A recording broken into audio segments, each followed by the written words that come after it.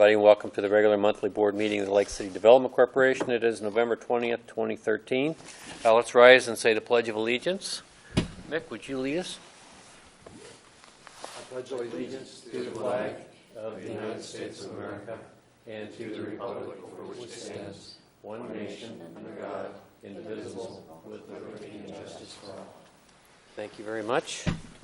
Welcome, everyone. I go around the room and have people introduce themselves, but I think everybody's going to talk to us. So that's the first order of business is public comment. And Brad, John, and Dale, join us.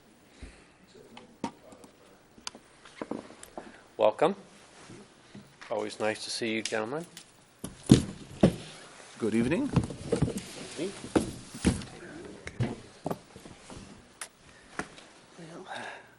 Chairman, Commissioners. I guess for our audience at home, you might introduce yourself real briefly and say who you're with. I'm Brad Marshall. I'm with Project Manager with JUB Engineers. John Mueller with Landmark and Architects West. And I'm Dale Bowney, Principal Engineer with JUB Engineers. Oops.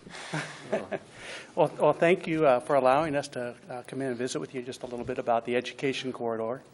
And for the viewing public, you may recall we started that project back in 2010 and went through a charrette design process and construction in 2011, another phase in 2012, and we wrapped up the project this year in 2013 with the final installation of some trees that had been held back due to that beautiful new monument entry sign that's on Northwest Boulevard. And I think we can all agree that the project looks great. The landscaping is phenomenal. The roundabouts have been tremendous traffic flow. It's opened up the college, the existing college, and improved the circulation for the college and the Fort Grounds neighborhood. In addition, it's opened up that former mill site for expansion and redevelopment of that area for the college. With that said, we've submitted the project for whether or not it's JUB or Landmark or the city. We've submitted the project for multiple awards that's received, about a half dozen actually. The project won the Idaho Business Review Top Project Award, the American Council of Engineering Companies ACEC Transportation Award, the Idaho Smart Growth Redevelopment Award, and the Association of Idaho Cities AIC Resilient City Award, and an American Society of Landscape Architects Awards, which John will kind of touch on. Again, we want to thank you for the opportunity to be involved and work on this project, and this is a great project poster that we hope will go up on an appropriate wall to be seen by all. And I think you'll recognize a few faces in one of the project pictures that were involved in this great project. So with that, I'll take a look and hand it around and turn it over to John. Well, this award is from the American Society of Landscape Architects. I don't know if you know a lot about that association, but it's the only professional association that represents landscape architects nationwide. We have just under 16,000 members, about 56 different chapters nationwide around the country. This award comes from the Idaho-Montana chapter and was presented at that joint conference that we had here in Coeur d'Alene in September, where we had, I think, the Idaho and Montana Park and Recreation Association and ASLA members from 3 states here as well, and some folks back from Washington, D.C. And this was in the general category of design. We had about 16 or 17 people submit projects for awards. Awards were given for slightly less than half, and the Ed Corridor projects were recognized with a merit award. We're kind of the integrated design approach where landscape architects and civil engineers work hand in hand to produce, quality project. And so I've dropped this off with Tony, but I see that this actually was the original one given to us, and we've had some others printed with JUB's name on it, so I may have to come down and swap out with you after the fact. But nonetheless, this encompasses, it's called the Higher Education Corridor projects, which is a series of projects that were done, not only the main two-phase project, but also some of the smaller projects that went with it. And so kind of looking at the whole effort over the last 3 years. So we were very pleased on behalf of all of us, the community, that they took the time to recognize us. And the projects were judged by the Nevada chapter, which in this case is comprised primarily of landscape architects in the Las Vegas area that are used to high design and extremely well-developed projects. And so I felt really good about that in terms of the folks that were looking at our work and pulled us out as being worthy of recognition. So for your wall as well, or someone's wall. So, and thank you. I echo what Brad said. Thank you for the opportunity to be involved and to take the project forward. And I would just add, John is past president of the National Landscape Architects Association. So we had some pretty good, I guess, national representation on this project. Speaks well to his career. The project speaks well to us working together as a team for nearly 30 years on projects in this area. The picture that we have also includes the art that was added down there, which was another reason that AIC gave this award, as far as, you know, he got an award for collaboration. So in one instance we had Lcdc carrying the load on the funding. We had the city picking up some costs for some items. We had the college picking up some costs for some items. We had the Arts Commission, you know, coming to the table on this project and adding some more enhancements to that. And this fits well with, you know, showcasing the city's wastewater treatment plant, which is right alongside this roadway. It's an outstanding looking building. It has its own art in the front of it. So that's this whole area, you know, in compliments to Lcdc for stepping up and seeing this as a significant, important project for Coeur d'Alene and funding it, but also to the vision of the City Council and other people that went forward and pursued, you know, the acquisition of this land and the purchase and the funding and the infrastructure and helping the neighborhood down there. I mean, this project really touches on a lot of elements, and I think that is, you know, shown in the number of awards that a lot of different agencies have bestowed on this project. So, you know, from JUB and the 40 people that work up there, we thank you for the opportunity to help you with this project.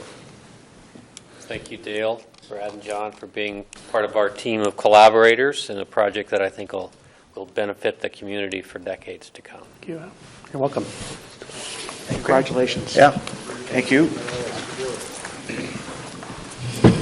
Okay, any other public comment? Do you want to just leave that there, or do you want to go somewhere? I'll take care of it, thanks. Yeah. Thank you, Dale. Okay, no other public comments, so that takes us to approval of the minutes for the October 16th board meeting. Is there a motion to approve those minutes? So moved. Second. Moved and seconded to approve the minutes. Are there any questions, comments, or corrections? Seeing none, all those in favor say aye. Aye. Aye. Any opposed? Motion carries. Okay, that takes us to committee reports. Finance Committee, Mr. Caldwell. Yes, Mr. Chairman. We'll start with the Lake District first, if we could. If you'll turn to the balance sheet of the Lake District. The district did experience a $31,954 decrease in cash from September month end to now. And in the asset category, there were no other significant changes on the assets. If you go down a little bit further on the liabilities, there are some significant items. We had mortgages, excuse me, and notes payable increased by $1,083,015. Most of that is a direct result of a draw on the Washington Trust Bond of $1,100,000 to fund the improvements at McEwen. And then we had our typical monthly payments on our debt obligations of $16,985. Those typically running between $15,500 to $17,000 a month on our various payments. So truly the significant change is our draw and the funding of McEwen. Everything else stayed about the same on the liability side. If you go next to the profit and loss for the Lake District, you'll see that we had $7,873 in increment funds come in from property taxes. We had rental income of $14,036, a couple of miscellaneous items for a total of $22,698. And then if you go about a fifth of the way down on the page under expenditures, that's where you'll see McEwen Park Phase 1 infrastructure and total of $1,113,864. So an active month in this district, which will continue until we're done with the park. Everything else was pretty standard for the month. The invoices that we paid last month, which you approved, was $1,043,784 for CNI. ACI was $27,014, and then Team McEwen, $43,066. And we'll have some more bills to approve this month for some of the same activity. Any questions on either the balance sheet or the profit and loss for the Lake District? If not, let's go to the River District, which certainly has less activity right now. If we go to the balance sheet first, you'll see that we did have an increase of cash of $1,790. Liability stayed about the same, and so not much activity as it relates to the assets or the liabilities. If you turn to the profit and loss statement for the River District, you'll see that we had property tax revenue of $9,658. We had interest income of $153 for a total of $9,811. Total expenses for the month, $8,214, which gives us a balance over revenue over expenses of $1,579. So limited activity in that district this month. Any questions about the balance sheet or profit and loss statement for the River District? If not, Tony has passed out the most recent payable sheet for your review, and we'll go through those, but certainly we'll be spending the most time towards the bottom of the sheet where you see the biggest funds need to be drawn. The first number is legal counsel from Elam and Burke, $492. Then we have Holly Troxel Legal Services of $936. We have Molitor and Associates Consulting, $2,030.56. And then we have our monthly payment to Keith Erickson Consulting of $1,600. So those are fairly standard costs we typically have each month. They can deviate slightly, but relatively typical. Then you go down a little bit further and you'll see McEwen Park Project. And the McEwen Park Project, we have an invoice to pay for that project of $1,388,539.80. And Tony has got it broken down, the various items, without going into those in detail, showing different expenses that we're paying. But keep in mind, when you look at that project, our total commitment for funding, the project was 19 million, well, I guess it is now 19,014,000. And Tony, I might have you just update everybody on a little bit of this math down here. Sure. Just the total committed cost for the project right now, as Rod said, are $19,014,000. Our commitment of that is $15,624,800 that you see on the sheet. So the math I have wrote down on the side just kind of shows you where we're at on that funding total. So if you look at the bottom right number, we have spent almost 75% of that commitment of $15,624,800. So we're closing in, and which is expected because the project's moving along fine, and the majority of the remaining spending will be towards CNI as they continue to wrap up their spending or their building in the winter months, and as landscaping finalizes this spring. So we're getting there, and then obviously the delta between the $19 million and the $15 million is being made up by the City of Coeur d'Alene and the LID and the other funding sources for the project. So, and Tony, if you don't mind, is a project on schedule and on budget? Yes, the project is on schedule and on budget, and Mr. Erickson, who will be back shortly, will have a little update about where things stand. I was unable to attend the construction meeting this morning due to our Urban Land Institute program, but Keith is going to update everybody on how it went. And will Keith update everybody on Front Street at the same time? Mm-hmm. Very good. If he comes back. Okay, well. If not, I will do it. All right. So you have the total there of adding everything up of $1,393,598.36. So I will need a motion and approval to accept the financials and then also to accept the payables and bills that we need to pay. Is there a motion? Payables and financials. Second? Second. Moved and seconded to accept the financials and approve the payables.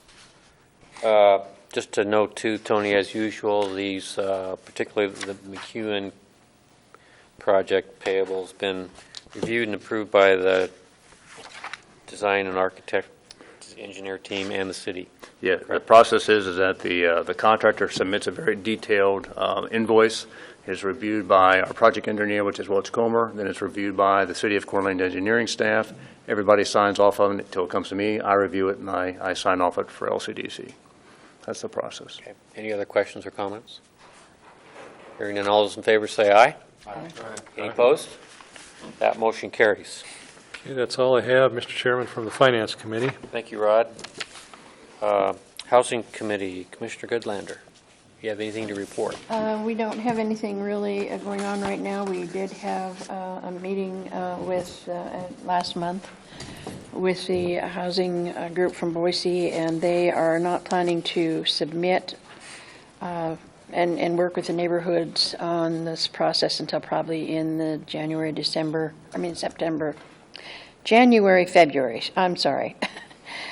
February timeframe, so that they can submit in September for the funding if all comes together and is approved. So at this point, it's on hold. Not really on hold, it's just in process. It's in the works. Okay.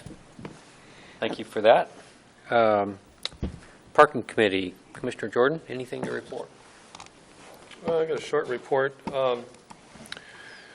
Let's see, they plan to have the parking garage open, the lower level partly open, about 200 spaces worth, and the street should be open all at the same time. And they plan to have that by the Friday for the the Christmas parade after Thanksgiving. And then the rest will be possibly by late winter. They may have that pretty well done. They'll just be going along in increments, but they'll have that initial phase for the Christmas Christmas parade. Okay, thank you for that. Any questions of Brad? Mr. Patcher's gone.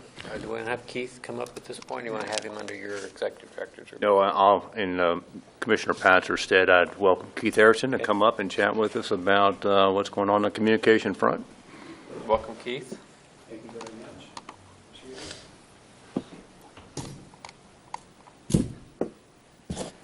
So as Brad Jordan just mentioned, there's lots going on as we wind down the season on construction in McEwen Park.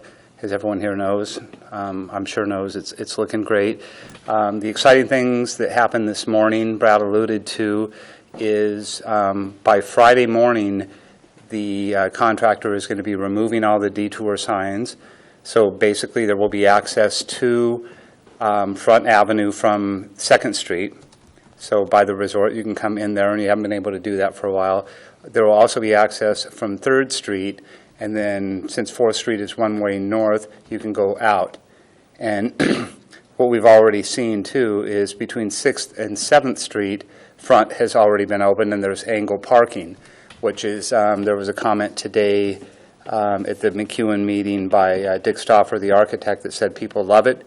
They're happy with it. It's striped. It looks great. I think Councilman McEvers stated that it gives you a new perspective. You can go a block further in, and it's really taken shape and coming along exactly as planned. So by the end of Friday, they're going to remove all the detour signs and everything Friday morning, and by Friday afternoon, that traffic will be allowed. There still will be some restrictions between 4th and 6th. But the contractor continues to work on that. Also, as Mr. Jordan mentioned, the parking garage is going to be open by, the firm date is November 27th, which is the Wednesday before Thanksgiving. And what they're going to have open is 180 spaces within the parking structure itself underneath and the outside parking. And then if you have the 20 angular spots that will be available on front, that totals 200.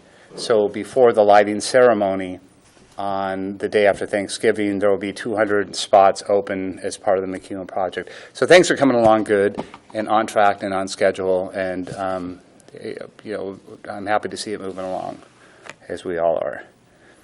Just a quick newsletter update. It deployed yesterday. It's the 20th newsletter. Time flies. We took an in-depth look at the Four Corners, which is the entrance on Northwest Boulevard, as we all know, and what's going on. They've held a series of public meetings, inviting numerous parties to give their input on what they'd like to see happen along that corridor. It's anything from a public garden to, of course, a trail system. There's just lots of ideas floating around, and so that's coming together, and I would encourage, without elaborating there, to check out the newsletter and see the people who have talked about and given updates. So we've got the Four Corners update. Again, a look at McEwen, and as work winds down, all the progress that's happened. It's really exciting to see. There's also been some movement on the McEwen front, the Midtown front, and the progress that's going along there with Midtown. There's been a series of, I know Deanna's been involved with the stakeholders there, and what they would like to see. We had the housing company come from Boise recently to meet with us and share what's going on, what their plans are, to develop a plan that we can all be happy with and move forward in that area. So another newsletter item that you can learn more there. And then I was excited to chat with Mayor-elect Steve Widmeyer, who will be sworn into office on January 6th. So I had some questions for him on what he sees for the future moving forward, and so there's some good questions there. So it looks like it turned out to be a good newsletter, and I'd encourage people, and once again, I'll make the pitch that if you don't get it, you should, and you can get it by going to lcdc.org. And right there front and center, it's like subscribe to the newsletter. You don't get junk, you don't get anything, you just get the newsletter, and there's always good information. It's not totally LCDC, it's city stuff. It's important things for the entire community. So I would encourage that. Just briefly, public outreach efforts. They continue, and we continue with our website updates. Therese Taylor and I work together. She works with the Chamber and us. If you go, again, to our website, you'll see updates on our Lake District page, which I've mentioned has already been done. Now we have the River District pages updated. So you see new photos, new information, because a lot has changed since we updated it last. So I would encourage anybody to go and check it out. You can see what we're doing and what has changed since we did it, and we're constantly updating it and keeping it fresh. So those updates continue. Of course, we're continuing to grow our base on Facebook, and this is not all about spin. What this is about is trying to broaden our reach and let people know what it is we're up to, what our mission is. And so I'm happy to see that we've had a 300% increase in our Facebook viewers in the past year, which, we're talking little numbers like a few hundred. That's, the percent sounds better than the numbers, but, you grow it at one increment at a time. So we continue that as well, and I'm happy to see it.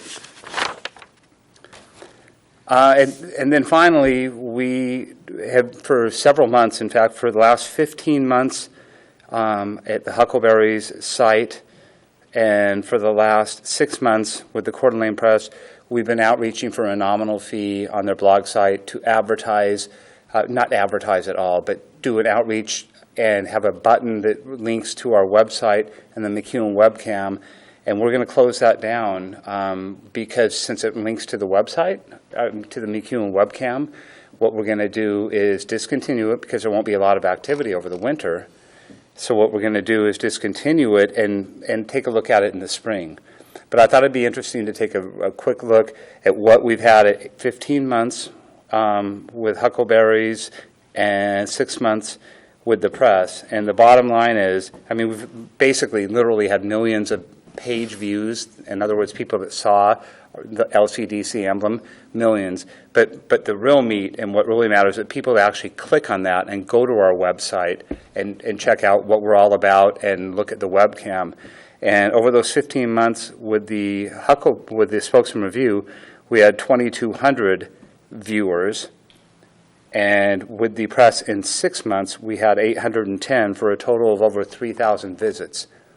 Now, granted, some of those could have been repeat people, but that's still 3,000 people that have been introduced to our site and checked out the webcam and are excited about what we're doing. So I think it was successful, and that we need to reassess it in the spring when work starts up again, which actually I think that's when the exciting time is going to be, because you're really going to see it come to shape. So I think it's been a successful endeavor. Okay, thank you, Keith. Questions, Keith? No questions? All right, thanks for that report. Thank you. Thanks for your good work, Keith. It was a good newsletter. Okay, that takes us to Executive Director's report. Mr. Chairman, just a couple initiatives to update you on. The North Idaho College Sports Complex Event Center, just to update you. The NIC Board of Trustees have received the recommendations from the recently engaged NIC event consultant. They are, the consultant took another crack at refining the analysis, and the trustees have that in hand and are reviewing it and mulling it over. We still expect NIC leadership to come back to this board in December, as we requested of them to chat with us about where we stand on our conditional commitment of $10 million for this event center. Obviously, that conversation will depend on what the NIC trustees decide prior to that. So we are anticipating President Dunlap to be here at our December 18th meeting to kind of update us on where we stand. Any questions on that front? Their meeting is tonight, is that correct? I'm not sure. I'm not sure when they're meeting. And then on our jobs ad hoc committee that you're all familiar with, and when we're working on the kind of the healthcare front, the workforce working group met on November 4th to review the recently completed Kootenai Health sponsored physician needs assessment. The physician needs assessment was very well done and comprehensive, and is done occasionally, periodically, I guess is a better term, by Kootenai Health. The assessment showed that several dozen new staff support positions will be needed by 2017 to support new doctors' offices that will be needed by the community. They really see an influx of new doctors coming to our community. These new doctors' offices will dictate new employment positions that include business operations staff, front office staff, and clinic support staff. These new positions that we're talking about, which mean the several dozen, they don't have an exact number, but 50, 60, 70, 80 positions, do not include turnover that will be incurring in the existing base right now. So these are actually new positions. These also do not include nurse practitioners and medical assistants. These are the kind of higher level trained jobs that are also being needed in the community. And it also does not include the ancillary impact on pharmacies and medical scribes and such. So there's going to be a lot of growth coming on the healthcare front. And so the next step for the working group is for North Idaho College, Lewis and Clark State College, and University of Idaho to kind of look at this information and kind of get a game plan together on how they can participate on this front. And they plan to have that fairly well drafted by January of this year to start the process of communicating what programming they might have, what needs they might have to the legislators and to our friends in Boise, as well as the stakeholders here in Coeur d'Alene, including us, Kootenai Health, and other healthcare professional organizations. So it's looking good. It's moving forward. There's a big opportunity, as everybody knows. The healthcare and Kootenai Health is a huge economic engine for our region, and it looks like it has nothing but upward trend coming our way. Positive. And Mr. Chairman, that's all I have. Okay, questions of Tony? Thank you for that, Tony. So that takes us to board commissioner comments, if anyone has any comments they want to make. Deanna. Well, I'm going to speak to the arts, so you're going to speak to the meeting. We have in place the Gateway Arch, which is going at 4th and McEwen. That will be delivered the first part of December, and will be partially up because the cables that go between it's like a U shape almost, and the cables that go between the contractor has concerns putting those in place because he thought, what if somebody goes through there with a dump truck up or something? So that won't be part of the installation, but what will be installed will be the two side pieces, because the artist needs to install those or store them all winter. So that is in place. The choice has been made on the 3rd Street piece of art that's supposed to go there. It has its name is Allium Sweet Spring. An allium is an onion plant that has a flowering head that is very similar to a dandelion. And this is what that will look like, 15 feet, 20 feet tall. Basically a stem with a round dandelion appearing end on it, blossom on it. Those blossoms are individual, there's dozens of tiny pieces. They are star-shaped pieces of metal. They will move in the wind. They're loose, so the wind will make this move. One of the great things about this piece, as was one of the choice processes for the arch, was the fact that you can see beyond it. You can see through it to the lake and to Tubbs Hill, and it isn't a blocking. You'll be able to enjoy it, but also enjoy the surroundings behind it. The 3rd piece that's supposed to go on McEwen is in process right now. Those maquettes, the models of those, are upstairs in the library. So you can see them if you want to stop up there on your way out. You can see those maquettes. That piece will go where the 2 trails circulate close to Tubbs Hill, so the 2 trails come together and meet, each one of them circled, and it's going to go right in that vicinity. Those pieces, I think they have 4 maquettes. The public is welcome to come, place a vote on which ones they like, which ones they'd like to see. Then it'll go back to the committee, and that will be in place. Along with that is a 4th piece that is in process also, and you will see the maquettes for that upstairs again. That is in the education corridor. If you will recall, along the trail that runs along the river in front of the wastewater treatment plant, there was the log yard there. There is a kind of a wide area that kind of bumps out into the river there, another location for public art. That is in process. Again, the maquettes are in place for that. So again, you can go, take a look at it, vote, say, yay, nay, this one I really like. I understand there's some really interesting proposals on that. So we're moving along on the public art front very rapidly.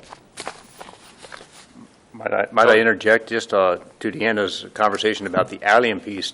Keith did a great job of putting a video in our newsletter. So if you click on our newsletter and click on the video, you can actually see how it looks and it works, and it's very well done. So you can really see what you were talking about, Deanna. So. I didn't see that. I'm sorry. And Tony stole. I was going to jump up and say that at the end, and Tony, there's a link to the newsletter, which is just yet another reason why there's so much information and visuals that you can see. It's just a 1 minute, and you can.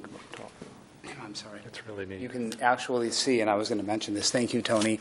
A link to the artwork. You can see the rainbow and what it will look like, as a photo. But there's an actual video, and you can see because the model of the dandelion art is nice, but it doesn't give it justice. And so if you, at the newsletter, you click on it, and it shows it, the wind wavering, and it really does look like a dandelion, and you can see through it. It's really impressive, and it's neat, and I can see why it was, I think you mentioned, the public vote. I mean, we listened to the community and what they wanted, and this is the most popular piece for good reason. So you can check that out. It's a 1 minute video that shows, and plus has comments from the artist as well. So it's really cool. That's neat. Thank you. Thank you, Deanna. Justin.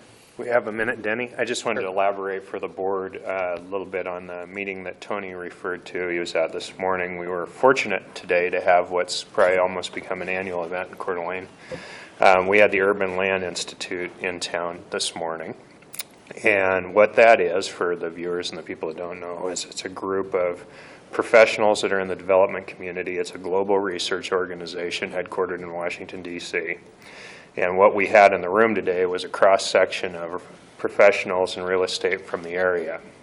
So these were attorneys, these were developers, these were people in the real estate sector, engineering sector, architecture sector, all of which came in to basically discuss how are we doing, what's going on in that world, are things improving, are things not improving, what's going on, what are the trends. So one of the people that we were very fortunate to have was Dean Schwanke. Dean is out of Washington, D.C., was here in Coeur d'Alene today to present the annual report that organization puts together with PricewaterhouseCoopers. Dean presented the report, then we discussed with a local panel of experts how we felt the trending was here in Kootenai County, also over in Spokane markets, and it was very encouraging. So what I like to say is compared to what we might have been discussing 3 years ago as a group, it looks like things are improving. Some interesting things as it pertains to our organization and what we do. A lot of things that were being discussed were urban core redevelopment, so the trending in people to want to live closer to downtown, have amenities. Infrastructure needs were something that came up on attracting businesses, allowing businesses to locate into areas, maybe blighted areas, maybe potential growth areas, and mechanisms to do that. That directly pertains to what we do as Lcdc every day. So I think the good news is it looks like we're on a path in Kootenai County to continue to grow. I think the thing we all need to ponder as a board is paying attention to this information that's out there, and also discussing and looking at what these trends are from the professionals in the area and utilizing that information to make the best decisions possible. Tony, anything else you wanted to add? You did a heck of a job. Yeah, nice summary. Yeah. Good report. Thank you, Justin. Any other comments from the board? No, we're getting dangerously close to adjournment here. Okay, Deanna? Move we adjourn. Moved. Is there a second? Second. Yeah, we do have another public comment, but we don't have anybody else out there that hasn't already spoken, so I assume we have no additional public comment. Thank you for that, Danielle. Okay, now the motion is in order. Motion to adjourn. All in favor say aye. Aye. Opposed? Motion carries. Thank you all very much. See you next month.